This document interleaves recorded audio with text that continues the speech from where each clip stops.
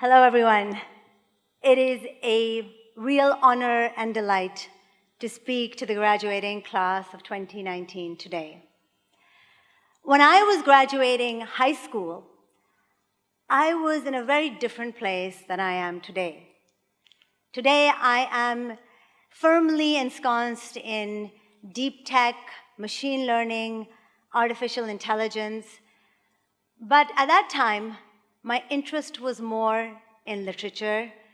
I had a special fondness for the Russian novelists, in political philosophy and the social contract between state and citizens, and art, especially the Surrealism movement.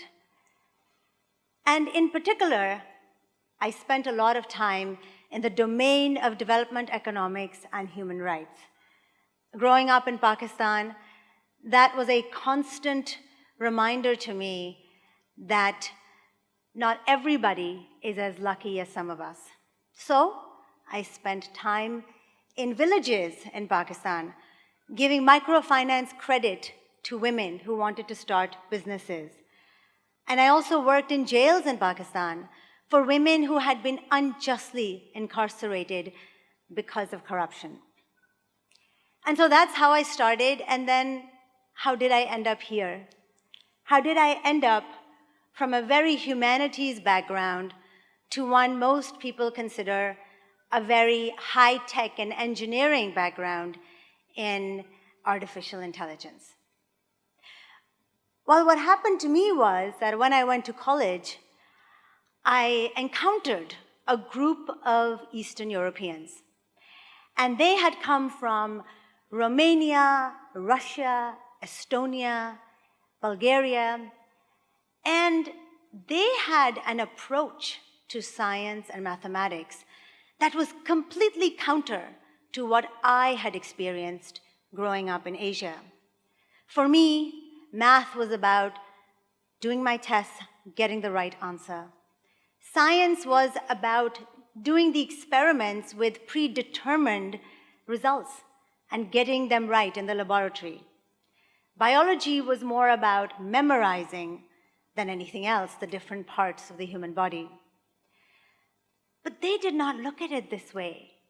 They looked at math and science like poetry, as a journey of discovery. And they easily could seamlessly move between talking about Borges and his labyrinths and number theory and stochastic processes. Well, I was inspired. I realized that both humanities and the sciences, in fact, come from the same place: a great and deep curiosity of the unknown, a desire to creatively solve problems, and a deep empathy for the human condition and its curiosities, its angst, and also its desires. The lesson here for me, which I hope to impart to the graduating class, is please do not buy this fallacy that there is a distinction between the humanities and the sciences. Do not pigeonhole yourself into thinking one is more important than the other. In fact, in the world that we live in today, it has never been more important to know the basics of your mathematics, but also to study your sociology, to study your philosophy.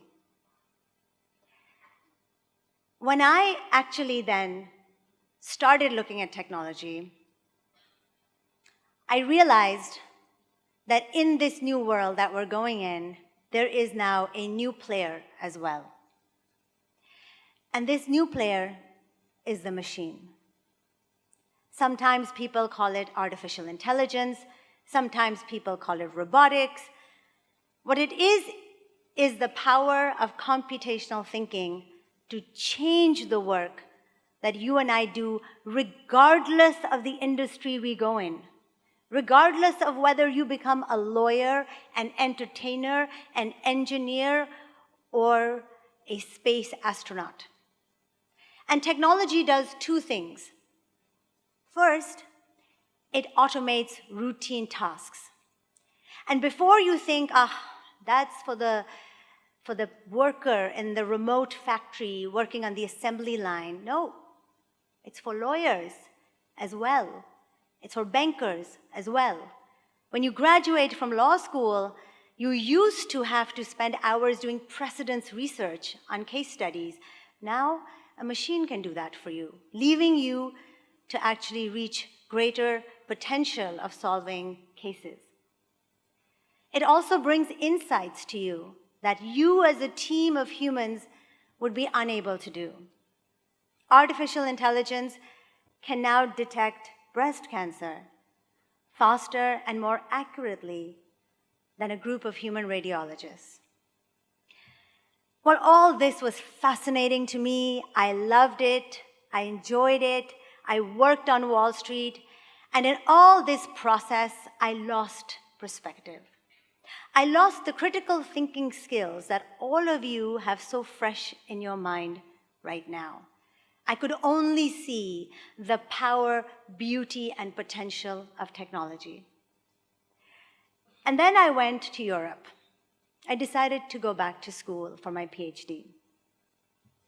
And in the UK and Germany, I met professors who called me out on my naivete. And they said, for every good there is in technology, there may also be some unintended consequences. And that is how we have come across the phenomenon of fake news. We are surrounded in filter bubbles on social media that are powered by algorithms that was not the intention of the men or women who created Facebook or Twitter, but now are permeating and infecting the views of people and disrupting political elections and causing chaos in the world. This is also important as you go into the world, that you are still guardians of your critical thinking, and that you actually always look at this world in terms of what works, what doesn't work, and now the third important column, what might be its unintended consequences. By the way, it's very difficult to do this if you don't know the basics of technology. So I encourage all of you to take that class in computer science, or at least audit it, but not at the expense of that class in philosophy, but to pursue this kind of multidisciplinary and interdisciplinary approach to life. Unless you empower yourself with these skills, you will lose confidence. Because in this world that is now permeated by high-tech, high-speed disruption and innovation, you need to feel really confident. And right now, this is the perfect time because you have come from the IB background and you are already in that mindset.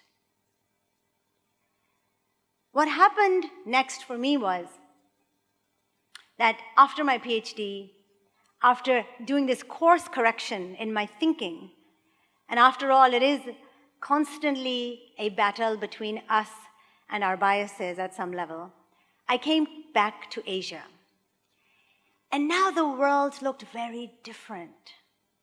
Before, I had been one of the lucky ones to get a scholarship to Harvard, to have access to this elite group on Wall Street. But now, when I looked for a team for my company, I found people everywhere. People in the remote areas of Indonesia are some of the best UX designers that you'll ever find. My cybersecurity consultant lives in New Zealand. And some of my best data scientists are in Pakistan, in Malaysia, in Mexico, and the head of explainable AI is an Italian living in England. For sociology, I often turn to my friends in New York. I need a multidisciplinary team, a team of superheroes, all who have different skills, some in the humanities, some in the sciences, But now I am not limited to a small elite group, and neither are you. It has never been a better time to go into the world because your peers, people who are as smart, creative, out-of-the-box thinkers as you, are now everywhere. And they finally have access to education and the access to digital work that they didn't have before. The result? I have been more successful than before, not because of me, but because of this incredibly rich group of people. And it doesn't matter, you see, when everybody has access to education and work together, whether they came on a bicycle or on a BMW, whether it was a man or a woman, whether it was a young millennial or someone who's older. What matters is what they bring to the table. And so I think we are actually entering a new world which is more democratic, more optimistic, and capable of achieving a lot more, even as we face rising challenges ahead of us like climate change and the manipulation of high-tech technologies by malevolent characters. And what brings all these people together, all of my team together, this ever-expanding, dynamic team, some full-time, some free time, completely international, much like this wonderful group here, are three things. A commitment to ethics. We stand for certain values.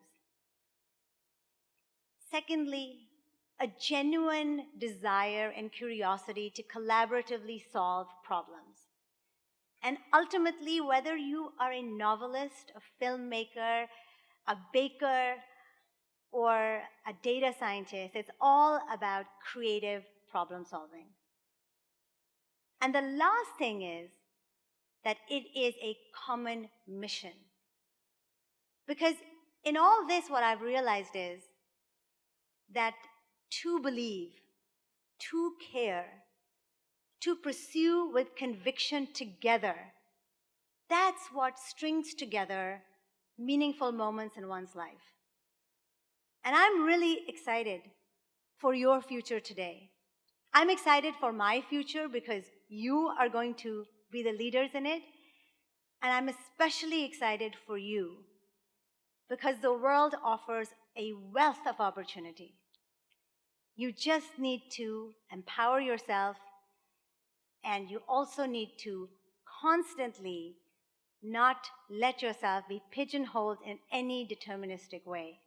Be open to whatever ideas you have out there, and you will see that with the right team, you can achieve anything that you want. Thank you.